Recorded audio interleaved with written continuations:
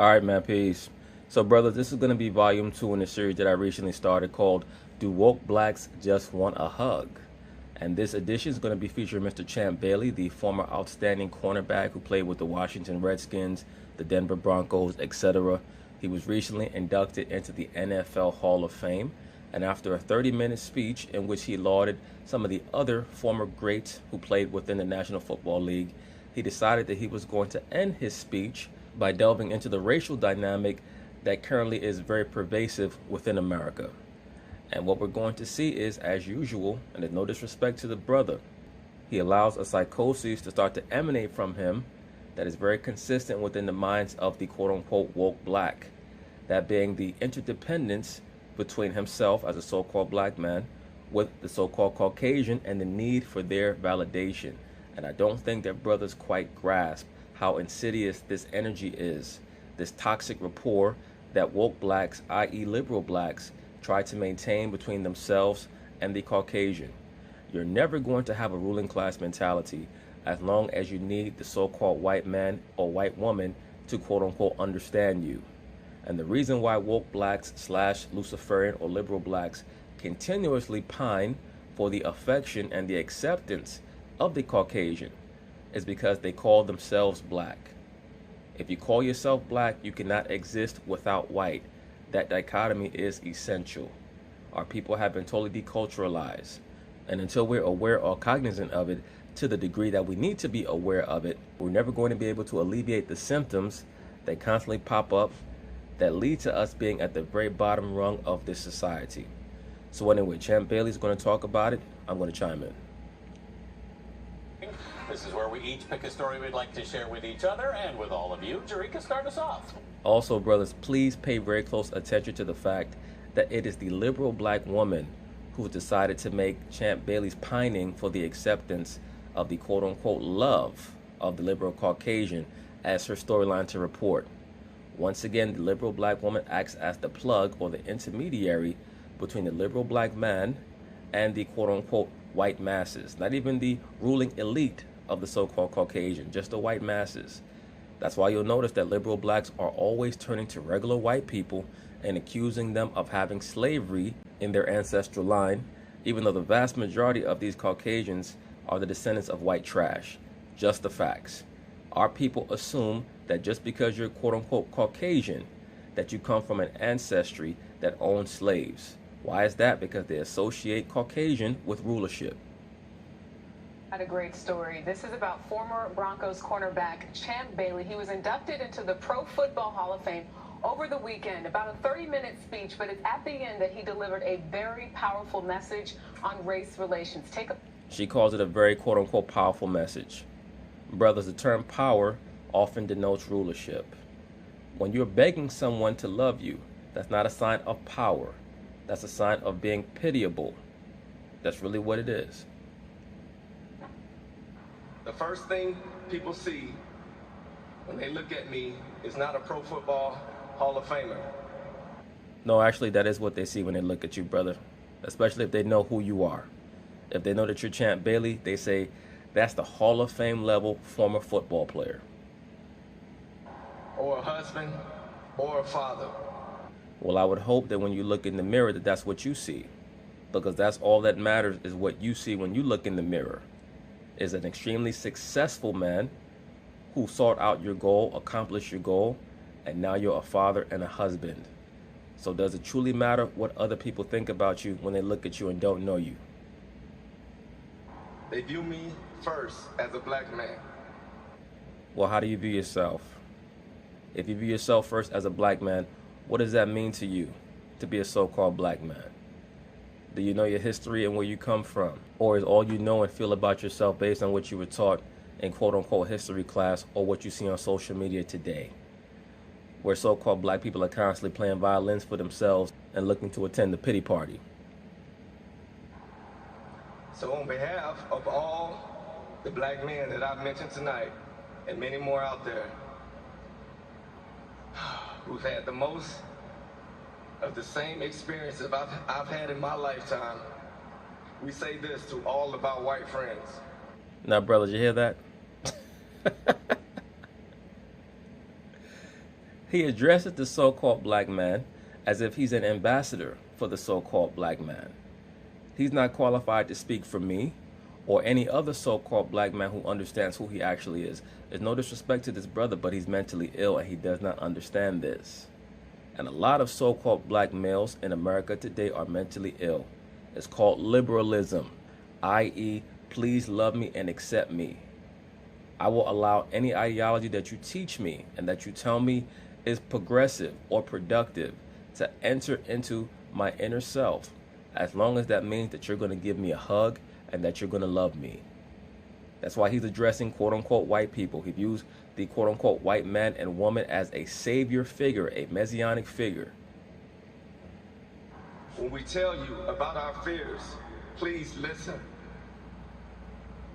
When we tell you we're afraid for our kids, please listen. And you know, brother, I don't mean to laugh, but unfortunately, and this is a big, strong brother, professional athlete, and he's trying to project this energy of someone who should be pitied, someone who should be promoting fear. And the fear-mongering concept is a major motif within the so-called black community, and for the most part, the so-called black man learns this from his mother, who from slavery was constantly trying to imbue her son with a sense of fear in who he should approach, who he should speak to. And we see it today in many different forms and manifestations. The liberal black female today still tries to pump her son full of fear. Don't talk to women of another race. Be careful how you talk to these white people, how you look at them. When you're driving in your car, every time a police officer approaches, you should be scared for your life. Panic. Do whatever you can to escape the situation. It's like, come on now. Brothers, at the end of the day, if we want to be respected, first we have to respect ourselves. And no one ever honors someone who's looking for pity. They honor people who are looking for power. Of course, that's going to lead to confrontation. But I would rather engage in confrontation that's based within the framework of understanding than to beg someone to feel sorry for me. They're never going to respect you if you want them to feel sorry for you. And right now, this brother is begging the average white man and woman, so-called Caucasian or so-called white man and woman, to quote-unquote listen to him, i.e. believe everything that he says, because in his mind, everything is good with the so-called white man and woman, and they have the power to save his life. People really believe that, as opposed to saying to ourselves, we should be working on ourselves and one another so that we can build up our own infrastructure, our own government, our own society, so that we can rule amongst ourselves. The real issue is that when Champ Bailey looks in the mirror, he doesn't see a king. He doesn't see an administrator. He doesn't see a judge. All he sees is a football player who probably believes that he's lucky to be alive. I would wonder about his childhood and how he was raised, because he seems to suffer from a lack of self-confidence as a human being, not as a football player, but as a human being. When we tell you there are many challenges we face because of the color of our skin, please listen. The main challenge that we face as so-called black men, once again, brothers, is a lack of understanding of who we are and where we come from. When we call ourselves black, we're calling ourselves property of the state, because that is a corporate title. The color coding system is corporate. It has nothing to do with actual lineage, racial designation, or what have you. And once again, when you call yourselves black, you're inextricably linking yourself with the so-called Caucasian or so-called white person. That's all you're doing. So we have to seek out who we actually are. People from overseas, they don't call themselves black. Some of them do now because of the television and the education that's starting to pervade into their quote-unquote educational system. But they'll tell you what country they're from, and they'll even tell you what tribe they're from. Our people don't do that because we're in captivity, and we're very, very hard-headed. It's very difficult to get the so-called black man to accept that that title of black is not exalting, it's degrading. Because we're not even so-called black, we come in various shades of brown. That's very obvious. So it's very clear that the term black is not something that's meant to elevate us, it's meant to demean us. If you were to call someone from some country in Asia yellow, they're not going to accept that. They're going to tell you what country they're from. They may even tell you what tribe they're from, because certain people in parts of Asia know what tribe they come from as well. So when this brother can look into the camera and say, white man, please listen to us when we tell you about our fears, what is he really saying? He's saying, I'm still a scared slave inside, and I need you to save me. So as you heard, just a cry for people to listen, take those concerns seriously, and to have someone like him say that, it's great. On that platform, at that moment, absolutely. yes. Yeah. Absolutely. Once again, brothers, notice the liberal black woman is in one accord with the liberal Caucasian man and the liberal Caucasian woman. That's why she believes that Champ Bailey standing up in front of a mass of people and begging the Caucasian man to love him and accept him and listen to him as a good thing. The liberal black female loves to see the so-called black man emasculated, whether she's the one doing it or he's doing it himself. Yeah. We've heard it from other athletes before too, but this idea of sticking to sports, there is no reason. They have a voice, they have a platform, and as Once again, the liberal Caucasian loves the idea of the so-called black athlete as a leader because they know that there's very little of depth that is going to come from the mouth of the average so-called black athlete. Certain people might not like me saying that. It's okay. Most of these so-called black athletes have been bought and paid for.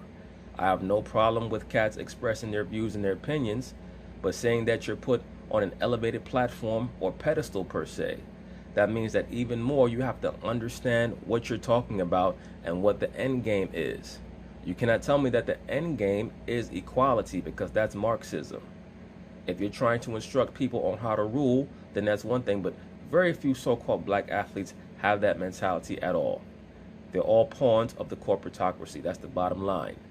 They're all pretty much bought and paid for, and they know what their limitations are. But once again, just pay very close attention.